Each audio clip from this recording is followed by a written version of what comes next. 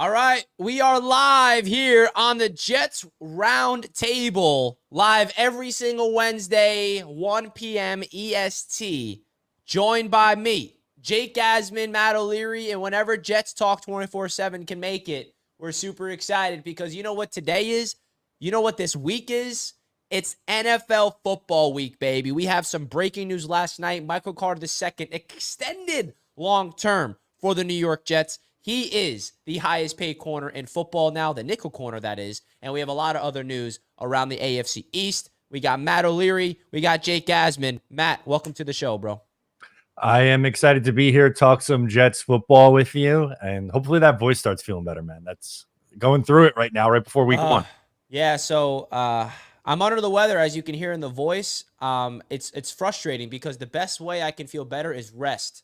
I don't know how to rest, guys. No, I need to do content. I have a lot of work I need to be doing. I mean, I should be resting the voice. I should be taking care of myself, but I don't know how to do that because this is the NFL week one. I mean, how can I be like, yeah, guys, I'm sick, I need to rest up? No, there's so much to do, so much to be excited about, but at the same time, I need my voice to rest. So hopefully Jake and Matt will be talking for 90% of the show.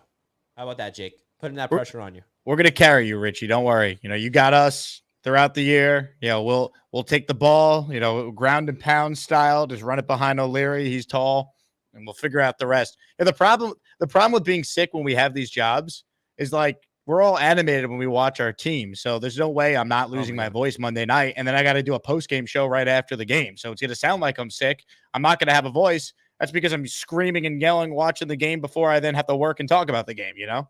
Exactly. And I feel like I just came off of watching the Jets last night. That's what it sounds like. This is what it's like a preview of what it's going to be like for all of us watching the games together. But we shall see. We want to give a big shout out to BetUS for powering today's show, the official sportsbook sponsor of Roundtable Sports. And here on the Jets Roundtable, link in the description to sign up. We'll hear more about BetUS later on in the show.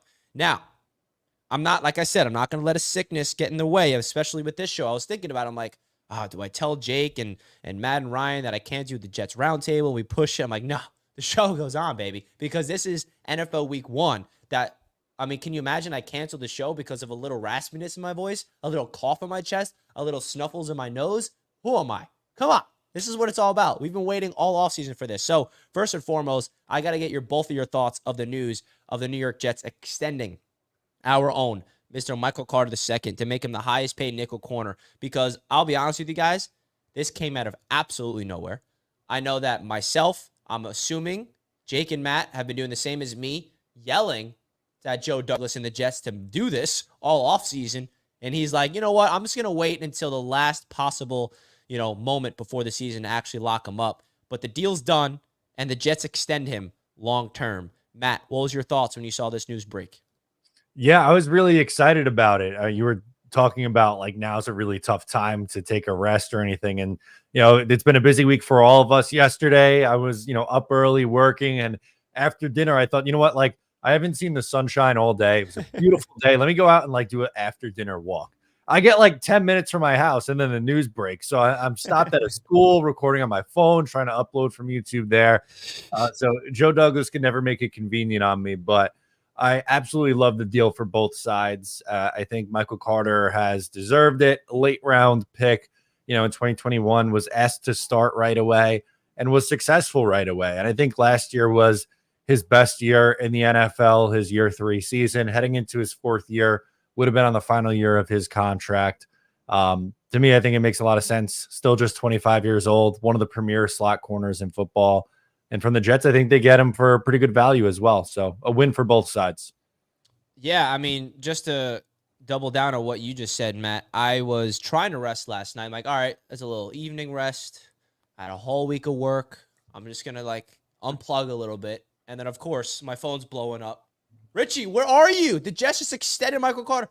And the first thing I saw was the restructured contracts of Quincy and Conklin, and without even seeing the news of Michael Carter. And I'm tweeting about it oh, what does this mean? Everyone's like, Richie, they just extended Michael Carter. Where are you? I was like, they did what? You know what I mean? That's what happens when you're sick, I guess. So, Jake, what was your reaction when you saw the news when the Jets extended our own Michael Carter II last night? Well, my first reaction was, of course, this happens right after I wrapped up a 2.5-hour show. So then we've all been there. Got to go live again. But I was really happy for everything Matt said. I think is spot on. But my big thing with the Reddick stuff has been, well, the Jets have said they don't want to do anything with Haason Reddick's contract until he shows up and they get to know him. He's in the building, because it sends the wrong message to the other guys who are playing out the final year of their deals, and they've been there the whole time, this and that. And I said, okay, then prove you're telling the truth, Joe Douglas. Sign Michael Carter, extend him. And they did that. So he was a great player. It's a great contract. It makes sense for everything Matt already said, but like just the message it sends to the rest of the team. From that standpoint, I think it matters. Like, you don't want Sauce Gardner or Garrett Wilson a year from now holding out and being rewarded. If Reddick gets rewarded, they're going to see, hey, the Jets took care of one of their own and Michael Carter. They're the next guys up. Trust the process, play well, be a good teammate, and the Jets will take care of you. And, we saw this with Quinnen last year. Now we're seeing it with Michael Carter. And as the Jets have really good players that are coming up for new deals, they're going to be able to pay them. And it sends the right message to the rest of the team. Yeah, I agree. And I went live right before this show. It's exactly what the title was. The Jets extending Michael Carter II is perfect for the culture of this New York Jets team. And this is kind of crazy to think about, but I'm pretty sure this is the first draft pick from Joe Douglas that he extended like this. Yeah, it is. I mean, you have Ashton Davis back on a 1-year deal, which I don't know if you really count that, but would any of us have guessed? Big pay, I guess, like big. Yeah, right. Bucks. But like the two guys, Michael Carter and Ashton Davis, if you had to guess who the Jets' first extension was going to be back in 2021, after they take Zach Wilson and Elijah Moore and we're high on Becton, the whole thing, like if you said that it would be Michael Carter and Ashton Davis, I think all of you or everyone would be like, you're crazy. There's no way that's going to be the guy who gets extended. Yeah, it's true. It's true. And I think that what this does is it sends a message to the rest of the team that if you were drafted here and you are developed properly and you are a team first type of player, like that's why I was a little upset all summer at Joe Douglas. I'm like, I don't get it. Like Michael Carter II is the perfect example of what embodies a Jet. It's the exact type of player you want here long term, which is why I was like questioning Douglas a little bit. I'm like, hey, I get it. You're trying to keep this.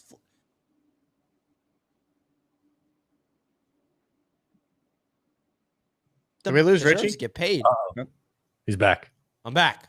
Did you lose me? You had a great freeze frame there, so I'm sure someone in the chat will screenshot that one and tweet you. Great. Well, all I was trying to say is I was upset at Douglas for not extending him, but he did it, and that's all that matters. So shout out to Douglas. It sends a message to the rest of the team. And the other thing I want to talk to you guys about, we saw Pat Surtain get the big bucks. Now, this connects with the Jets because at first we saw who reset the cornerback market. Was it A.J. Terrell a week ago? And now Pat Surtain's like, yeah, watch this. 24 AAV. So what do you guys think the Sauce Gardner contract is going to look like next year if, or should I say when, Sauce basically just has the same type of season he did the last 2 years, if not better? Matt, starting with you. Yeah, I think one, Surtain is, I would say he's my number 2 corner. I think Sauce is 1. I would say Surtain is 2. You could debate which one, but more or less like they're in a league of their own. I think those two guys, and him resetting it, going from 21 million AAV up to 24 million. I think Sauce beats that next year. I think we see Sauce go over $100 million, which this deal was just under, is at 96. But I wouldn't be surprised at all if we're looking at 25 million AAV, $100 million deal. So 4 for 100 for Sauce. I think that's right around where we're looking at this point now after the Pat Surtain deal. Yeah, that Pat Surtain deal, every single Jets fan is thinking the same exact thing. It's like, all right, Sauce is eligible to get paid next year, as well as Garrett, of course, and Jermaine and Brees. But it feels like Sauce should be the first man up, unless Garrett Wilson just goes CeeDee Lamb-like and just puts up 1,800 yards, and we're like, just pay him right away. Mm-hmm. Jake, what was your reaction when you saw the Pat Surtain deal, and how do you think that's going to affect the Sauce Gardner negotiations next summer? Yeah, I think that's where it starts, right? I think Matt nailed it. I think it's probably 4 years, $100 million, first ever $100 million player in Jet history with a free agent contract. And I think the guarantees is probably like 80 million, 85 million, maybe. Sauce is the guy you pay. He's the best corner in the league.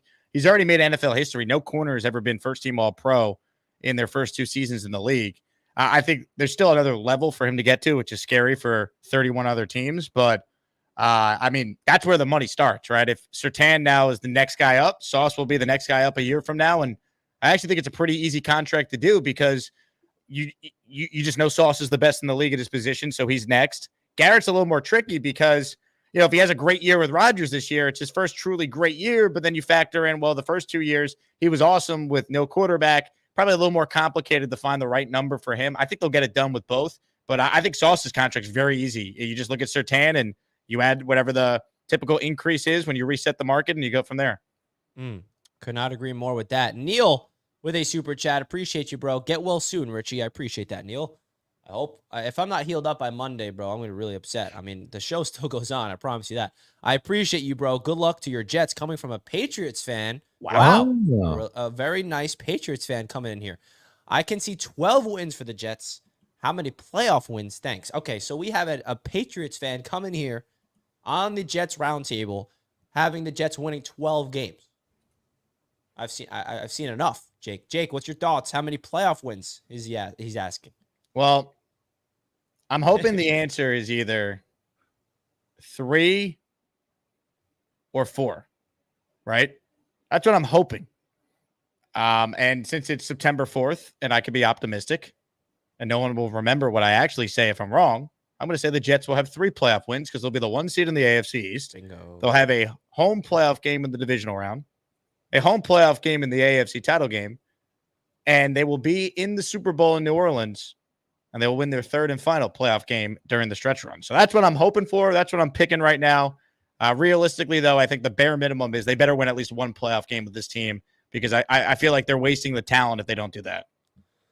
I mean, Jake, the thing that you just said may sound delusional and biased by some, but one of the most respected NFL analysts in the game that I always value his opinion the most had a very similar take, and that's Peter Schrager. Peter Schrager has the New York Jets as the number 1 seed in the AFC. Now, let me remind you guys, Peter Schrager is not a Jets fan. He's not someone that's going to just say this to say it.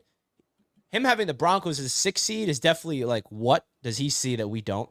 I mean, is Bo Nix? I wish he didn't. I love everything, and I could be like, yeah, and then I see the Broncos there, and I'm like, oh, now I take this list seriously.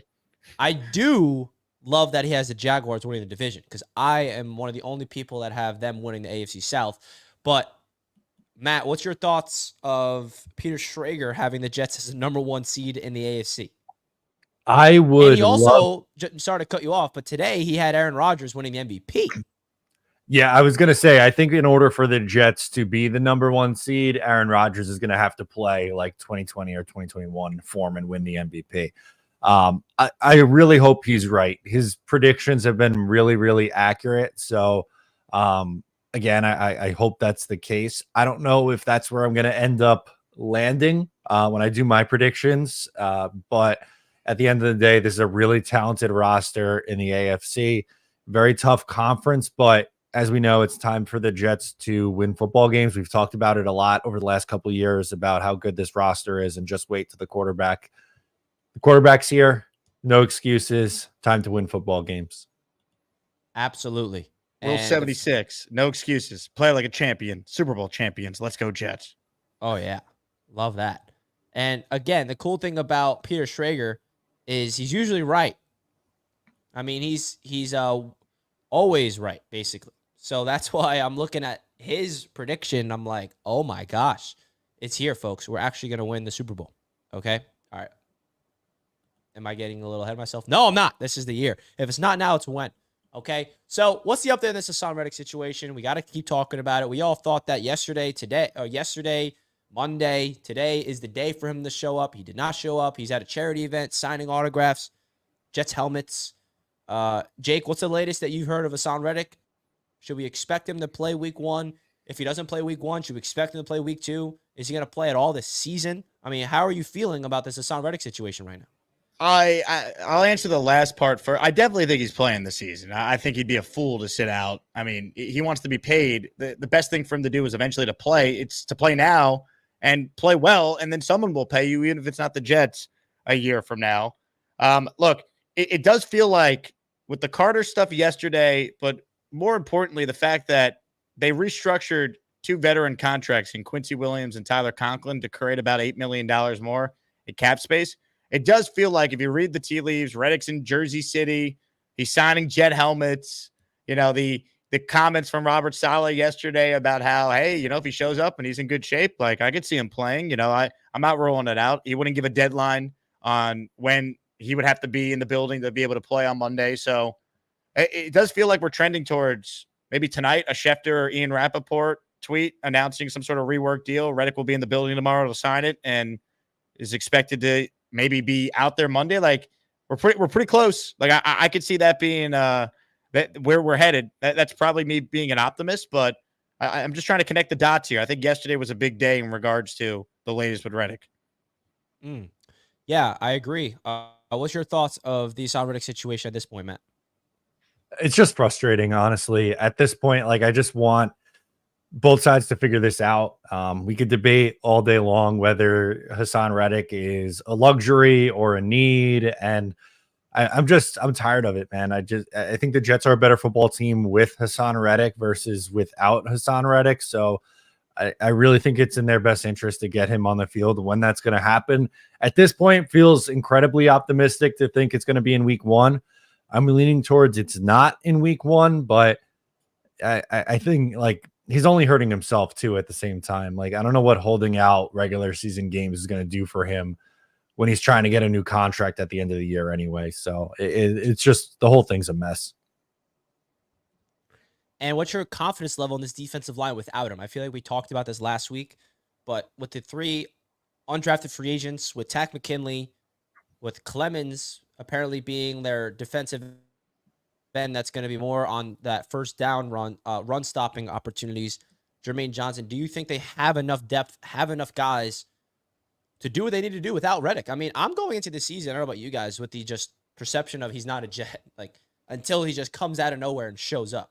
So Jake, does this defense have enough without Bryce Huff anymore, no JFM anymore, no Reddick showing up?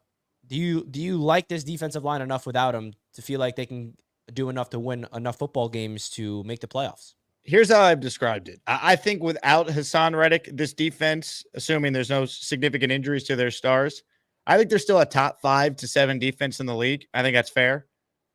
I do not think that there is a defense better than the Jet defense if you tell me they have Haason Reddick out there with what they already have. I think there are some Jet fans who are trying to minimize how good of a player this guy is. We could all be frustrated with the business side of this whole thing, but this guy's had 4 straight years of 11 or more sacks. He's a perfect complement to this defensive scheme. The idea that he wouldn't make the Jet defense significantly better, I just don't buy it. So I think they are still very good without him, but they could be great, maybe the best in football with him. That's how I look at it. How about you, Matt? How do you feel like this defensive line is without Reddick and what he would bring to the table with him healthy out there? Yeah, I think we're seriously coping if we're just going to be like, oh, yeah, everything's fine. They're still going to be the number 1 defense in the NFL without Haason Reddick. I think with him, similarly to Jake, I was going to say, I did say it in a video yesterday, I think they're top 1 to 3 defense with Haason Reddick, and without him, they're probably in that like 4 to 10 range. Like they're still going to be without him. If God forbid he didn't play a single snap, they're still more than likely a top 10 defense, but to get them over the top and in that elite category, I really do think they need that elite pass rusher. We're asking a lot out of these young guys who I like, but in a going for it season, I want the known commodity rather than betting on someone who doesn't really have the history in the NFL yet with, the 3 UDFAs that made the roster. Will McDonald I like, but we haven't seen it at the NFL level. And same thing with Takk McKinley. Camp star looked great, but hasn't really shown it consistently in the NFL either. So I just think it's really risky to bet on this defensive line being, at the same level that we're hoping without Reddick. Yeah, and the crazy thing is all of a sudden the Jets' strengths on this defense isn't the defensive line anymore, because you just look at how good the linebacker core is and how good the cornerback room is. It's like wow. I mean, that's a good problem to have. I'm not saying it's a bad thing, but at the end of the day, the Jets defense without Haason Reddick, I still think is enough to get the job done.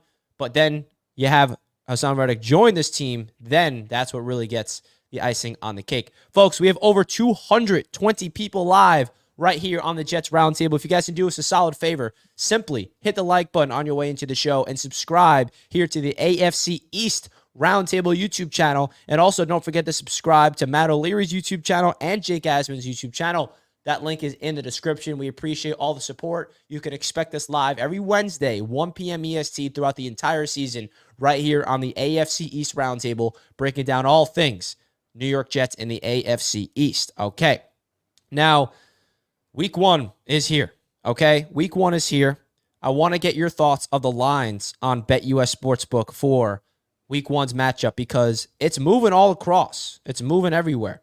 The last thing I checked, the Jets were 3.5-point underdogs, and now it dropped to 4-point underdogs on BetUS Sportsbook. So I find that interesting. Now, guys, if you do not know by now, BetUS is the official sportsbook sponsor of Roundtable Sports. If you want to receive a 125% sign-up bonus on your first 3 deposits, that's on BetUS Sportsbook, up to $2,000. The number 1 online sportsbook in the industry. Fast payouts, 24/7 customer service, and it is a reliable book. And we're very fortunate to have them sponsoring to this show.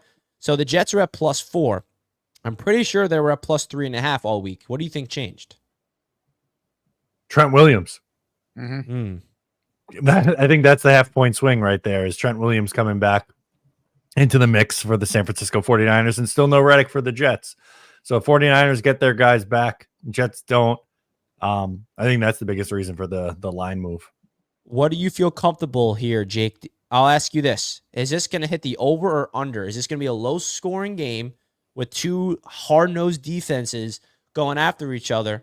Do you like the under at 43.5, or do you think that this offense for the Jets will actually be able to cut through that 49ers defense and you see the 49ers offense cut through our offense? So you got the over or under in this game. My, I guess, internal feel as a Jet fan automatically leads towards the under because we're so used to not watching offense with this team. But I probably still would take the under. Like, I think this game's close. Like, if I was giving a pick, I would probably take the 4 with the Jets right now. I like that. I got a bet in when it was at 5.5 when it first opened over at BetUS a while ago. So this line's been all over the place. But as far as the total, I probably would lean under because I could see the Jets trying to run the ball a lot, like a ball control offense. Even when Aaron Rodgers is at his best, the thing that the Packers did during those 2 MVP years in 20 and 21, they led the NFL in time of possession. So I could see the Jets having some long drives. We know the Niners have McCaffrey. They could look to run the ball too. So I see this game being around, within a field goal, and I probably would take Jets with the points, and my official pick would be under on the total if I had to give one. Matt, would you take the under as well? Yeah, I'm going to be on a lot of unders in week 1, I think. Just with only 3 preseason games and not a ton of starters playing in the preseason anymore. Usually we get sloppy games out of the gate. And for these 2 teams, I think you're looking at like a 20-17 game. That's kind of where I think this is going to land, somewhere in the mid to high 30s in points. I'd be surprised if both teams get over 20 points in this game. I just think, again, early on in the season, I usually tend to lean towards the unders, and this is 2 really good defenses going at it, 2 teams that like to run the ball. I wouldn't expect there to be a ton of points. Yeah, I mean, I agree. I see the under hitting on this game too, 2 elite defenses, and I think the Jets offense is going to take some time to kind of like really hit the ground running. I mean, I'm not sitting here expecting this Jets offense to be elite right away, especially going up against the Niners on the West Coast, but I think that they do have enough chance. Now, like, what do the Jets got to do to win this game? Right? Like, we're obviously the underdogs. Nobody's expecting us to win. Score more points than the other team. That would help. There you go, Jake. That will help. Good jumping off point, perhaps for a discussion. How do we do that, Jake? How do we score more points than the 49ers, though? Like, they're a Super Bowl team, and the Jets simply haven't proved to be one yet. So, Jake, what's the keys to victory in this game for you? Yeah, I think it's a lot of Brees. Like, Brees is 100% healthy going into this, right? Like last year, remember, there was such an unknown what he was with the reps count. He still had, one of the more impressive first games off a knee injury we've ever seen with some of those plays. But feed Brees, man. That you can run on the Niners defense. And I want to punch them in the mouth, too. The Niners are not at 100%. They're dealing with some injuries on defense. Greenlaw is obviously not playing in this game. If I'm the Jets, punch them in the mouth. A lot of ground and pound with Brees. Get Braylon Allen involved too if you have to. But that to me is the key. Set up the play action. You're gonna feed Garrett. You're gonna feed Brees. Your stars got to be stars. That's how you win. You want to win in prime time. Aaron Rodgers has never lost on Monday Night Football before. Why? Because he's one of the greatest stars in the history of the sport. your best players need to be at their best in primetime games. So I think the Jets' best offensive player very well might be Breece Hall. So I think it starts with him. I think Garrett needs to have a big night. I think Aaron needs to do what he does, and you don't want to ask him to throw 40 times, but can you get a lead and let Aaron manage the game, because he's got the best touchdown to interception ratio ever. Give him a really good defense, which they have, and he'll do the rest. So I think it starts with Breece, though. I think he's the most important player for this team in this game on Monday. I love that mindset, because Breece Hall is about to get unleashed this season, and I just cannot wait for it. Matt, your keys to victory, how about defensively? No, Jake went more offense. What do the Jets got to key in on defense to neutralize Brock Purdy? Trent Williams is back. McCaffrey's back. Ayuk got extended. They're fully healthy. They're fully ready to go. I mean, how did this Jets defense neutralize that offense enough to win that football game? Yeah, I think from a defensive perspective, the big thing that I'm going to be looking at is what's the pass rush look like without Haason Reddick, assuming he's not playing in this game, and if they're able to get home, because I think you're going to need to, one, get pressure on the quarterback and get sacks to end drives, but also creating turnovers. I think whichever one of these teams wins the turnover battle is going to be a really big difference. And I know that's really cliche, but when you have two very strong teams going up against each other, these little things are usually the turning points in games and the difference in these games as well. So for me, I think on the Jets side of things, you got to be able to get pressure on the quarterback. And sneaky, I mean, you mentioned Ayuk, and obviously they have Deebo Samuel and Christian McCaffrey, but George Kittle honestly worries me a little bit in this game, because the Jets at times have struggled dealing with opposing tight ends. So I think Kittle could be a mismatch. So that would be the guy that I'm circling to try to neutralize as well. Yeah, I think that it's going to be a slugfest, and I think that the Jets just have to be able to be on their P's and Q's. And just my biggest thing that I'm hopeful for to see fixed, man, it's the penalties.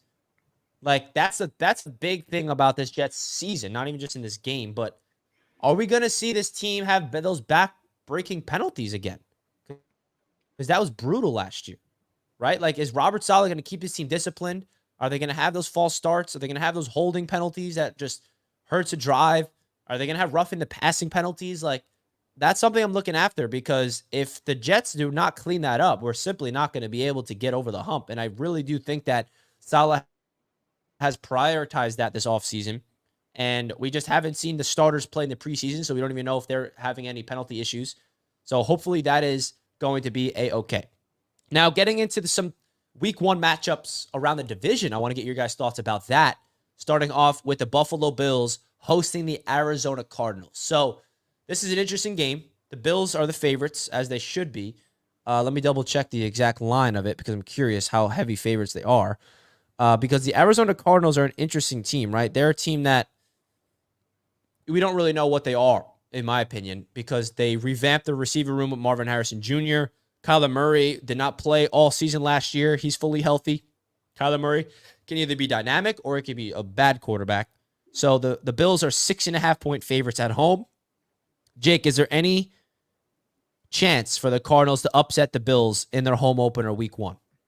There's always a chance, especially with the way Arizona maybe ended last year. Remember they had the big upset in Philly. They went into Philly with Kyler and they beat the Eagles as they were in the middle of that collapse. I like the Bills. That's probably going to be a pick, though, that a lot of people use for their survivor pools. So that always makes you nervous when everyone seemingly is on the same game. So that'd be the one thing that would scare me. But I mean, I can't pick against the Bills in this spot. I do like them to win. Yeah, I think that the Bills, I mean, they're the better team. They are a very intriguing team, just like NFL wide, that I'm looking at. Not just because I'm a Jets fan and I'm, got to look at the teams in the division, but the Bills are very intriguing to see who Josh Allen is without Stephon Diggs and Gabe Davis with their new receiver room. So, Matt, what's your preview that you got for that Bills-Cardinals game? This game, to me, and maybe I'm the sucker, like Jake is pointing out there, with everyone going to be on them in the survivor pool. But sucker. Yeah, this feels like one of those Bills 1 o'clock blowouts where you look and it's like 24-6 at the half, and you're like, all right, this is just Buffalo's going to run away with this. I don't like that Cardinals defense at all. I think there's a lot of question marks on their defensive line, what that's going to look like going into this year. I like Kyler Murray. I'm in on him in a coming back in here, bouncing back and playing a full season this year with this new look wide receiver core. But defensively, I think they got a long way to go still at this point. So unfortunately, I think this is a pretty gentle entry into the season for the Buffalo Bills at home against what I think is going to be a poor NFC West team. Yeah, I mean, I feel like the only chance that the Cardinals have in this game is if their offense just clicks. If Kyler Murray can just it's because you look at the Cardinals defense. Is there a player on their defense? I mean, Buda no Baker's joke. still there, but that's it. The defensive line is horrendous, and outside of that, not a whole lot to write home about on the defensive side. Yeah, so you can expect the Bills get into rhythm early on in the season against a putrid Cardinals defense, excuse me. So turning the stone over, Patriots Bengals. I mean, that is the largest line, I believe, of week 1. That's another survival pick game, right? Bengals at home against the Patriots. I mean, do I even ask you guys if there's a chance for the Patriots to upset the Bengals? Because I don't think there's a chance. What's the line in they that have a chance game? in the gun. 9 + 9. The only thing I'll say is week 1 is weird, right? So I wouldn't bet the Patriots, but I'm always weary with week 1. I mean, we saw Zach Wilson beat the Bills last year, so I guess you never know. I think the Bengals clearly win. Wouldn't shock me if maybe it was like a backdoor cover there. I don't know. Yeah, that's an interesting one. I mean, the Bengals are a team that I feel like are interesting. What's going on with the Jamar Chase? Is he playing this game? He's practicing as we speak, but he doesn't have a new deal yet, so it's unknown if he's going to actually play. Bengals always start slow too. They do. They were 0-3 a couple of years ago. Remember that? Yeah, exactly. So I think the Bengals should win this game and should cover that number, but I don't know. They start slow. It's weird. Gerard Mayo first game. Maybe the team's a little bit extra hyped up. I think Bengals win. I wouldn't feel great about laying that big number though. Not saying that I'm going to say, oh yeah, for sure the Pats are covering, but I think that's one you sweat most of the day. Yeah, that's probably I'm looking at the lines. That's the largest line of the week 1. 9. It's a 9-point spread. Yeah, that's a big number. And then the Bills are up 6.5. And then you got the Broncos Seahawks. That line is Seahawks are favored by 6. Wow. Actually, that's an interesting one. Now getting into the Dolphins and the Jaguars. This is a game. This is a game, man. TD Finn's talk is just totally not even giving the Jaguars a chance in this game. He thinks they're going to win without even a question. I'm pretty high on the Jaguars this year. I'm not high on them to do much in the playoffs or anything, but when it comes to the regular season and in their division, I just feel like a lot of people are underrating them. They were the first seed in the AFC last year in week 11. They were 8-3. And I remembered that. And then Lawrence got hurt and their team started to get hurt. And then the Texans kind of found their rhythm with CJ Stroud and they caught up and they won that division. And the Jaguars kind of, sunk. So I look at the Jaguars. I like them just because I trust Doug Peterson as a coach. Trevor Lawrence still has to prove to be the guy, which he hasn't done yet. I feel like their playmakers around Lawrence is actually solid. I don't think Calvin Ridley leaving them is going to hurt. I think Brian Thomas Jr. is a stud.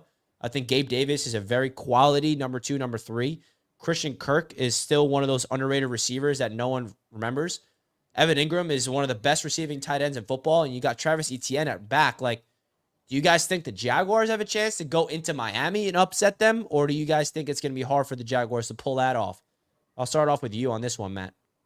Yeah, I like Miami in this game. They're kind of the inverse of the Bengals. They always start hot out of the gate. It's a home game. Granted, they're going up against another Florida team in Jacksonville. I'm not crazy high on the Jaguars. I like the Texans a lot in that division. And then the Jags and the Colts, I think, are right around 500, 8 or 9 wins one way or the other there. I don't really love either of those teams. So for me, I'm not really buying the Jacksonville hype. I think Lawrence will be decent again, but I don't see him in that like elite top 5 tier of quarterback. But again, Dolphins early on in the year, they're going to put up a ton of points. They're going to work really quick.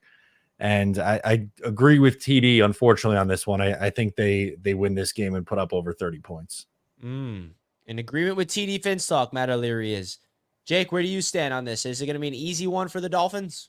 I don't think it will be easy at all. I mean, the Jaguars last year, they were 8-3 before Trevor Lawrence got hurt, and he was never right after that. They gave him the big money. This has got to be the year I think he takes another step forward. They have a really good roster around them.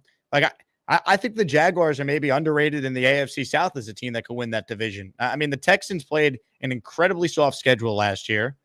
They have a incredibly difficult schedule this year. Name a good quarterback. The Texans face them. I mean, that's what happens when you have a first place schedule and you play the AFC North. So, like, I just look at it like this: the Jaguars to me are a lot better than what their final record ended up being because their quarterback who got them to 8-3 was not the same guy down the stretch. So, I mean, if Trevor Lawrence is the guy they think he is, that they paid all this money to, I don't think it's crazy for Trevor Lawrence to go into another Florida city, deal with the heat because he lives in Florida year round, and win the game outright is only a 3.5-point underdog. So I definitely think this is a close game. In fact, upset pick.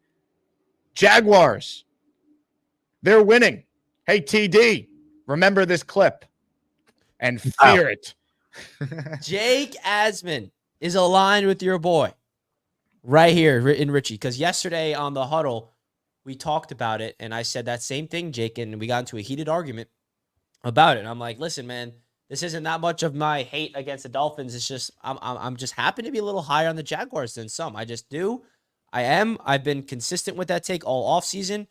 I'm not buying into that much of the Texans hype. I just feel like now the expectations for the Texans are just so high. Last year, the expectations were low for them, and they were able to like rise to the occasion. CJ Stroud, I think, is still going to be a good quarterback. But, like, I don't know. That's just how I look at it. And we shall see what's going to happen, man. The Jaguars, if they go into Miami and upset them, bro, that's going to be so big for this division. I'm telling you guys that right now. Now, getting into some other games around the league, let's just talk about some primetime matchups, like the big AFC Gauntlet, Week 1, kicking it all off tomorrow night on Thursday Night Football. Chiefs-Ravens. I mean, I'm really going back and forth who I have in this game, man. I remember the Chiefs losing last year to the Lions in that Super Bowl, championship game in terms of the Super Bowl winners always on Thursday night at home.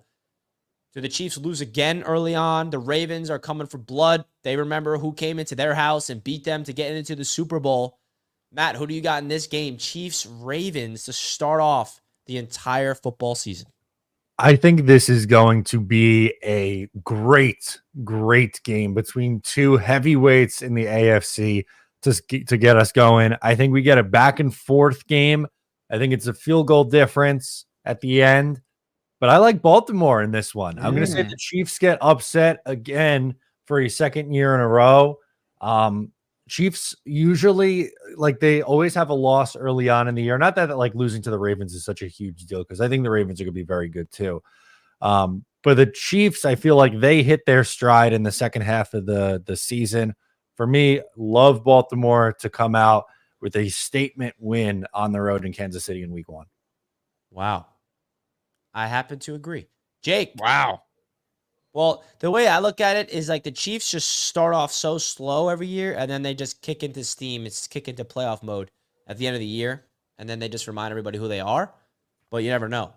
Jake, who you got in this one? I struggle with this one. I wanted to pick the Ravens too, but I just couldn't get there. I like the Chiefs at home. I think last year the Chiefs kind of got punched in the mouth like it was going to be easy. They were going to beat the Lions. It's the Lions. They had a nice year, but they were an 8-9 team, and yeah, we're not really buying the hype. It's our night. We're getting our banner hung. I think because they lost last year, their focus is way more for this game, and they'll be ready to go. So I think it's going to be tight late, and I just trust Mahomes more. So call that a cop-out take, but I think the Chiefs win a close one. I don't think that's a cop-out take, man. Anybody that doubts the Chiefs always gets reminded why they should not do that, okay? I am definitely iffy on this game. I'm going back and forth. I don't know who to take in this one. It's so hard to predict this game, bro. I mean, I honestly am so happy as an NFL fan that we get to watch this game to start everything off. But I may go the Ravens just in a close battle to start off the season.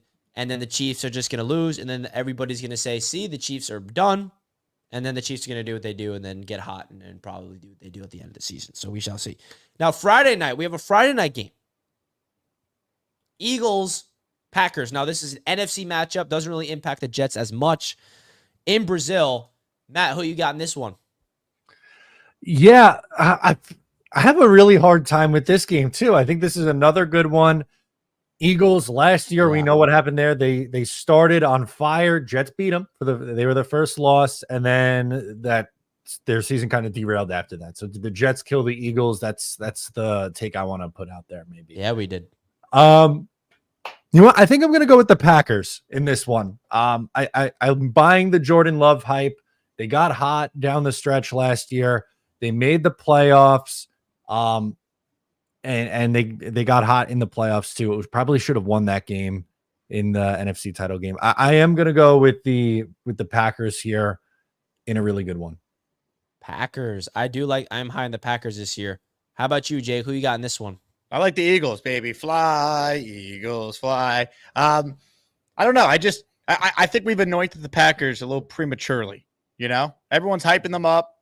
They won 9 games last year. They won 2 more games than the Jets did, to put it in some perspective. I know Love was excellent in the playoff win over the Cowboys. He was really good in the second half, but I don't know. I feel like the Eagles had a lot of issues last year. They got off to the great start. I think, losing Kelsey could be big, but, they have Saquon now to feature in this offense. They got the weapons. I think Jalen Hurts comes out highly motivated.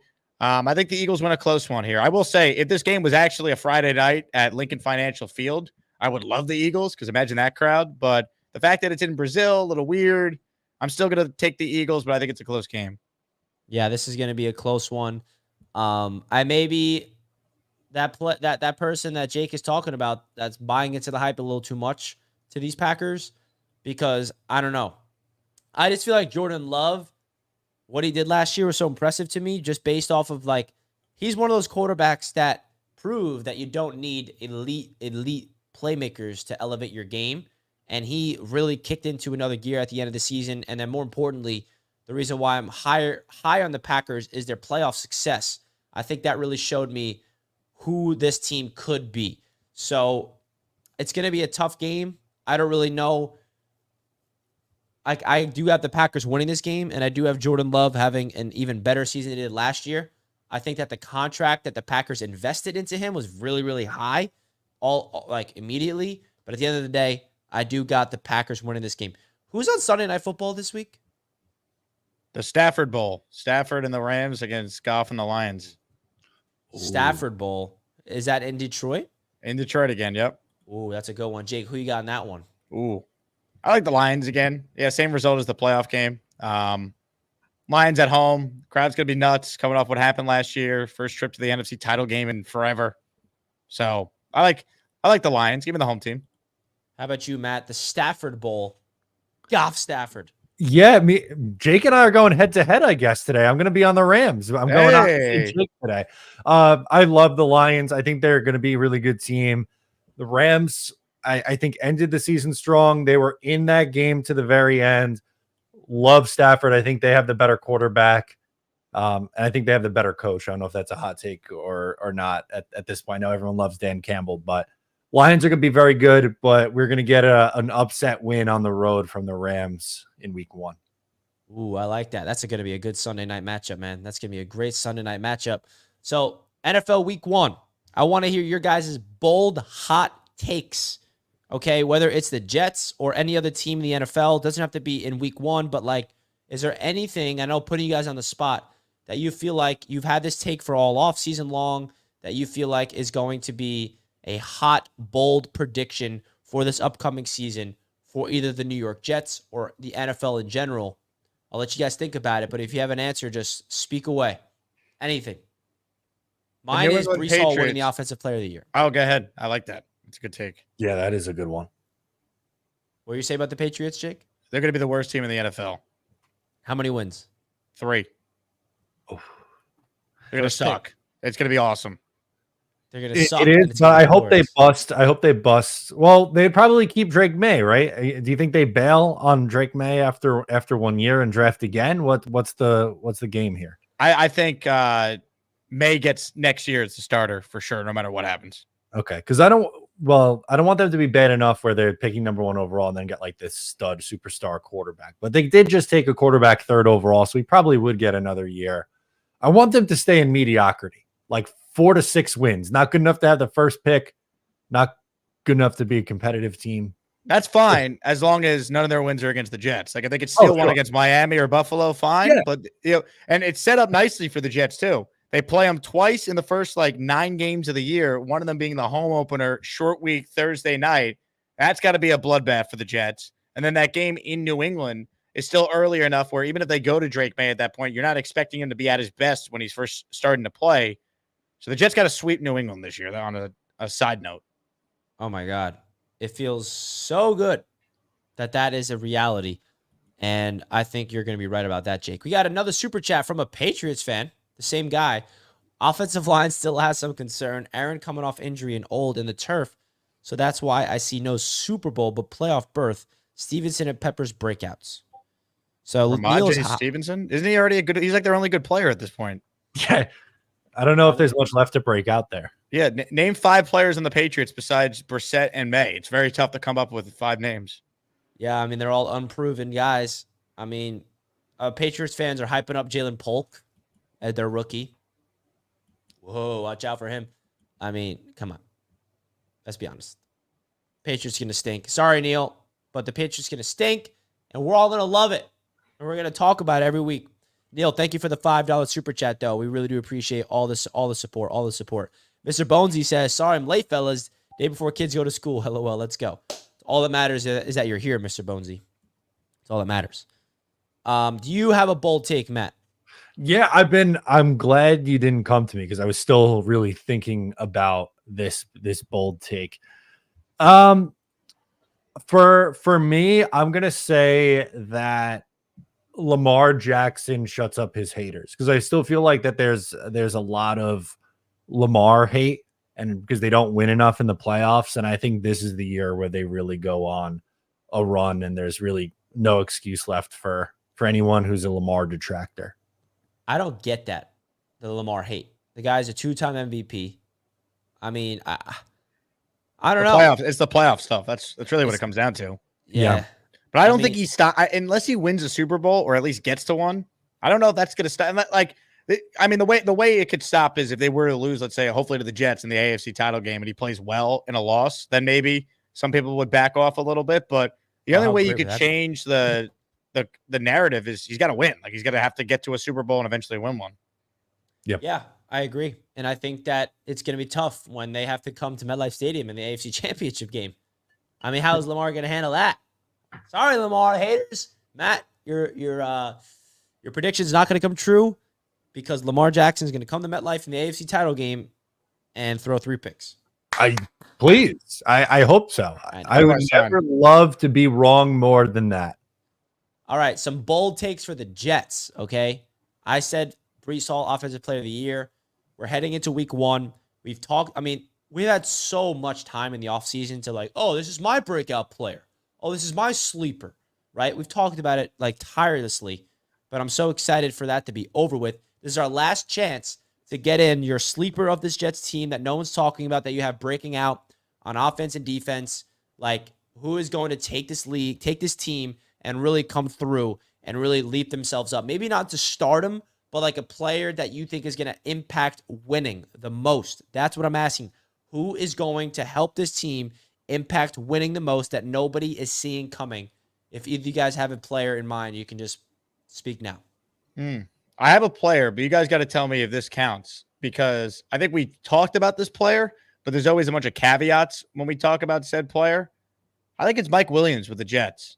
I think it's if he's healthy and it's just they got him, but he's a forgotten player. I agree. This guy's really good. And I could see him having 800 or 900 yards playing with Aaron Rodgers if he's out there healthy. And everything we've heard is he's healthy. And I know people say if he stays healthy, I get it. Go look at his games played in his career. He missed most of his rookie year. He missed most of last year. He's on the injury report a lot, but the guy plays through injuries. Like, he'll be out there. He might get dinged up during games and stuff, but like the games played for the most part, he plays 14 or 15 games every year of his career. I think this guy's going to be awesome with Aaron Rodgers. I mean, he is probably the best in the NFL, certainly in the combo at the, 50-50 ball. Tyrod Taylor called it like an 80-20 ball when they were teammates. Rodgers is as good as any at that back shoulder throw. That's what Mike Williams does. So I think he's going to be awesome for this team. I really do. I think he has, I'll tell you what, Mike Williams finds the end zone Monday night against the Niners. Watch. Ooh, I like baby.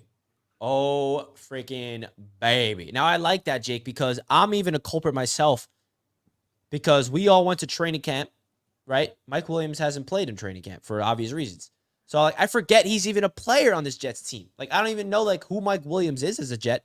Did not play in the preseason, like no starter did. No training camp. So like he's that player on this Jets team that I feel like everybody forgets about just because we haven't seen him yet. And I think that people are underestimating the impact that he can bring to this Jets team immediately. So Matt, Mike Williams was Jake's player. Is there another player out there that you have in mind? Yeah, so I'm gonna go Tyler Conklin. I think he's kind of a forgotten guy in a way.